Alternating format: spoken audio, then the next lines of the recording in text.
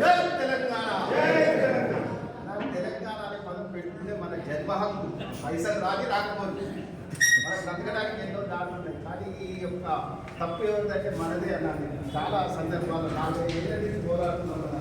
అంతగా దేశపాండే ఎన్నోసార్లు రిప్రజెంట్ చేసినాం. యూనివర్సిటీలో పెట్టినాం, ఇక్కడ పెట్టినాం, జ్యోతులు పెట్టించాం.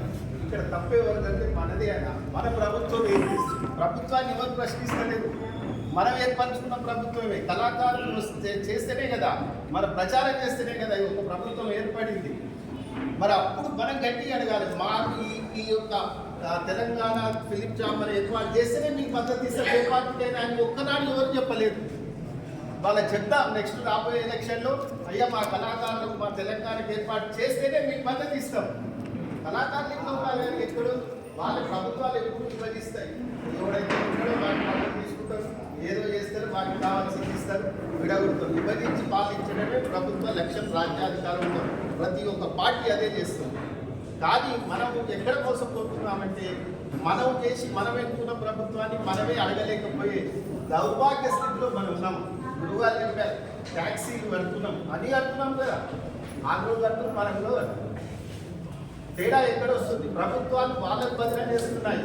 మన పోతే ఒక అపాయింట్మెంట్ ఇయ్యరు. వాళ్ళ వేరే మనకు ఆ విద్య ఉంది, ఆ తెలివి ఉంది. మనకి తెలివి అయితే ఏ తెలివి మనమే ప్రశ్నించుకోవాలి. ఎలక్షన్లప్పుడు మాత్రం జై జై అని కొడతాం. మన హక్కులకు గురించి అడగం, ఏది అడగం. వాడు ఏదో ఇస్తాడు, ఏదో తీసుకుంటాం, జై అడుగు.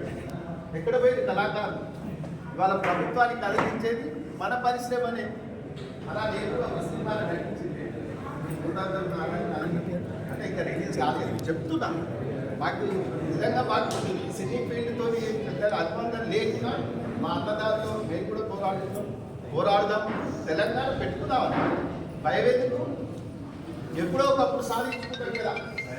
మన రాజ్యం మనం సాధించుకోలేమా? నమ్మకం లేదా ఎవరికి?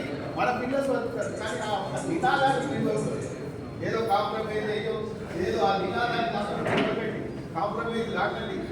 తెలంగాణ పదం ఉంటేనే మనకు ఒక ధైర్యం, ఆత్మవిశ్వాసం, మన పరంపర తరాలు మన ముందు తరాలు కూడా హర్షిస్తాయి.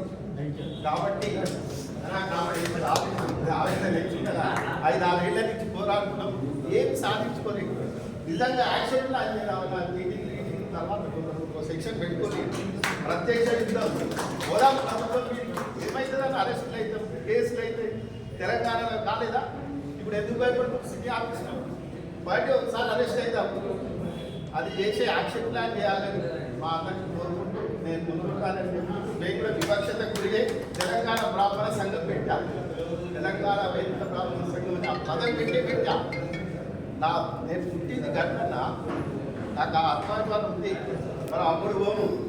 కాబట్టి అందరూ ఈ విషయాన్ని గమనించి పోరాటం సాధిద్దాం. జై తెలంగాణ. బాలసుబ్రహ్మణ్యం మీడియా ఉంది, తప్పకుండా మీరు అందరూ ఆశీర్వదించాలని కోరుకుంటున్నాను. జై తెలంగాణ.